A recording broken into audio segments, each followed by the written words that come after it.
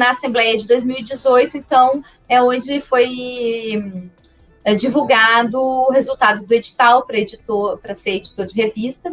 Na época, eu estava deixando a gestão da sociedade e me candidatei para assumir a revista, até um pouco pelo histórico que eu já tinha desde da formulação dela. E daí, para estrear, digamos que, né, na história da revista, o processo de ser uma editora sozinha, né, passou do coletivo para dupla, aí agora, primeiro, formato mais tradicional, que a gente tem trabalhado para manter a periodicidade da revista, o número de artigos publicados, tempo e outras coisas mais que são exigidas, outros critérios que são exigidos para poder, então, quando atendermos todos esses critérios, indexar a revista em outros indexadores, né? Então, é algo que eu tenho tentado também fazer e também, né, clamo aos membros da sociedade que submetam também outros tipos de trabalhos, vídeos, entrevistas, além dos artigos que normalmente a gente recebe já. E aí, então, fizemos um trabalho de reformulação do formato da revista, padronizando algumas coisas, né, algumas formas de apresentação, tentando, né, sempre colocar uma capa na revista que dialogue também, que mande uma mensagem, né, para o leitor.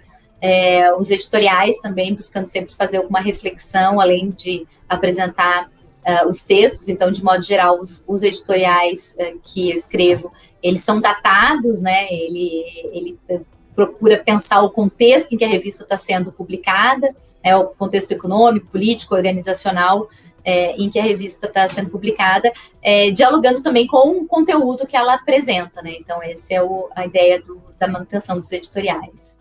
Para que a revista também seja um espaço de amadurecimento entre os pares, a partir das considerações que os pares fazem, né?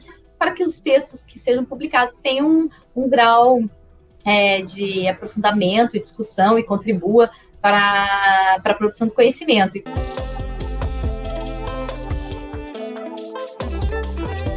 Então, seria importante que a gente pudesse ampliar, inclusive para outras áreas que não sejam, porque a grande parte dos nossos parceiristas, eles são vinculados às escolas de administração, né?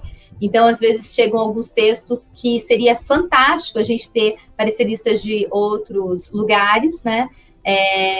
Colaboraria demais, no sentido de ter alguém da administração, por exemplo, alguém de uma outra área da ciência, mas a gente tem uma certa dificuldade. Procurei, né, fazer isso, inserir algumas pessoas, e é interessante, por exemplo, recebi recentemente um artigo onde o próprio autor pedia para que pelo menos um parecerista fosse da área de sociologia, né? Nós temos também alguns artigos que têm diálogo com o direito, então também tem alguns pareceristas que são da área das ciências jurídicas, da área do direito. Então, conforme da área da saúde também, recebemos alguns artigos nesses últimos 3 anos aí que toca a questão da saúde mental, saúde física, a própria Covid.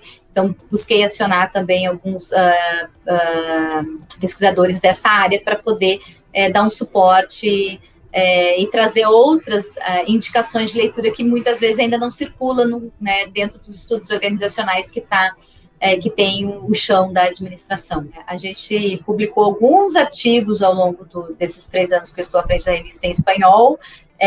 Antes, na época do coletivo, também se publicou uma chamada em espanhol. Então, as chamadas, os editais as chamadas temáticas também, a gente sempre publica em português, espanhol, acho que a última em inglês também saiu em inglês, que era para tentar justamente chamar, né, convidar os nossos parceiros e parceiras da América Latina a contribuir com a revista. Quando eles, né, alguns membros das outras áreas se aproximam da gente, traz também o debate que está sendo feito lá e enriquece a nossa própria área, né?